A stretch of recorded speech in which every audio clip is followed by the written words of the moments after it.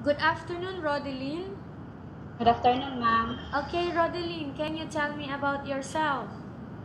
I'm rodelyn Sunit, 35 years old, single, living in Danlungsod, Medellin, Cebu.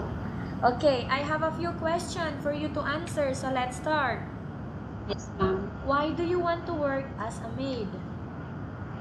I want to work as a maid because I have already experienced this one and I love this job. Why you choose Malaysia when there is a lot of other country? I choose Malaysia because this country is nice and they offer a good salary. Okay, how are you qualified for this job?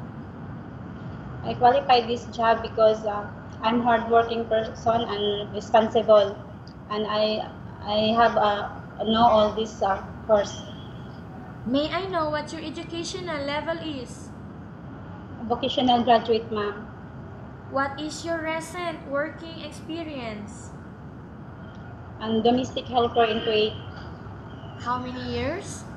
2 years, ma'am. Finish contract. Okay. Do you have experience of taking care of baby? Yes, ma'am. Because I already taking care of the babies of my sister. Okay, how about elderly people? Yes, ma'am. My employer. Okay. Do you have any other special skills? Yes, ma'am. Like? Like a software and computer hardware. Are you willing to learn new skills? Yes, ma'am. Are you willing to work with a family where the mother-in-law or any relatives stay together? Yes, ma'am. Currently, are you still working now? Not, no, ma'am. Do you know how to cook? Yes, ma'am. What sort of food can you cook? Filipino food and little Arabic food. Alright. Are you aware that you will have to do washing, cleaning, ironing, and cooking? Yes, ma'am. From all the house chores like Yes, washing, ma'am. cleaning, ironing, and cooking, which do you like most? All of the above, ma'am. Okay. You are not allowed to use handphone during working hours. Yes, ma'am. You are only allowed to use handphone after you finish all the works and when going to bed. Yes, ma'am. Come again? Yes, ma'am. You are strictly needed to surrender the handphone to your employer in the morning and your employer will return back to you once you're going to bed. Yes, ma'am. If ever your employer finds out that you're abusing of using your handphone and it's affected your work performance, your employer will confiscate your handphone and you are not allowed to hold it anymore. Yes, ma'am. Instead, your employer will allow you to call to your family 3 times in a month. You only allowed to bring normal phone and you are not allowed to bring smartphone. Are you agreed for the terms and condition? Yes, ma'am. Are you agreed to the rules and regulation for the handphone? Yes, ma'am. How many years is the contract as you agreed and understands? 2 years, ma'am. Can you describe for me your ethics, your attitude? Hardworking, responsible, and obedience, ma'am. How can you assure to us that you will work hard in Malaysia? I will finish my 2 years contract, ma'am. Can you promise not to use the telephone without the permission of your employer? Yes, ma'am.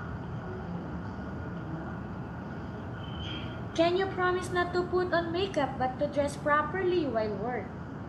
Yes, ma'am. Can you promise not to invite friends and relatives without the consent of your employer?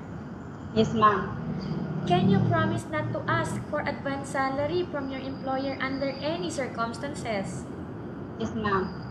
Do you really understand of the rules and regulation of the agency? Yes, ma'am. Do you pay any placement fee for you to come to Malaysia to work as a maid? No, ma'am. Do you have any history of sickness, breast cancer, or any other illness? No, ma'am. Do you suffer from any skin diseases, allergy, or physical defect? No, ma'am. Have you suffered from any serious illness? No, ma'am. Do you smoke?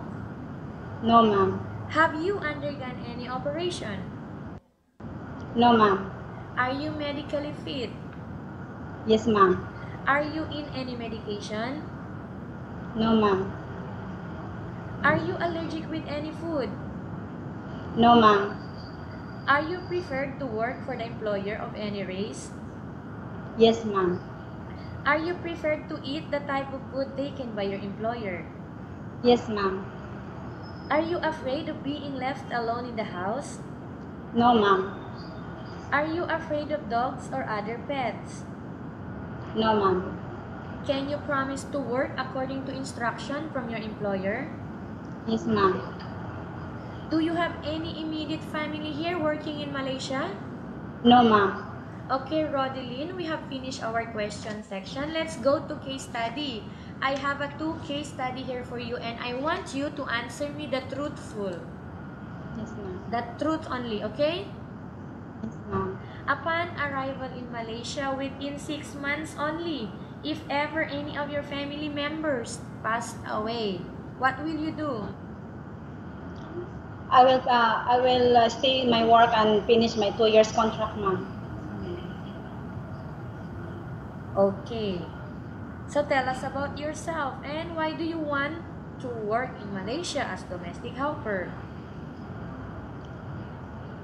I'm a hardworking and responsible, and I want to work in Malaysia because this country is nice and they give a good salary. That's all, ma'am.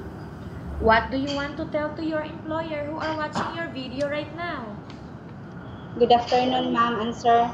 I'm rodelyn Sunit, 35 years old, single, and I'm willing to work with you and finish my contract. And that's all, ma'am. Okay, thank you very much, Rodelyn. We will update to your agency if there is any selection made by the employer. Thank you, ma'am.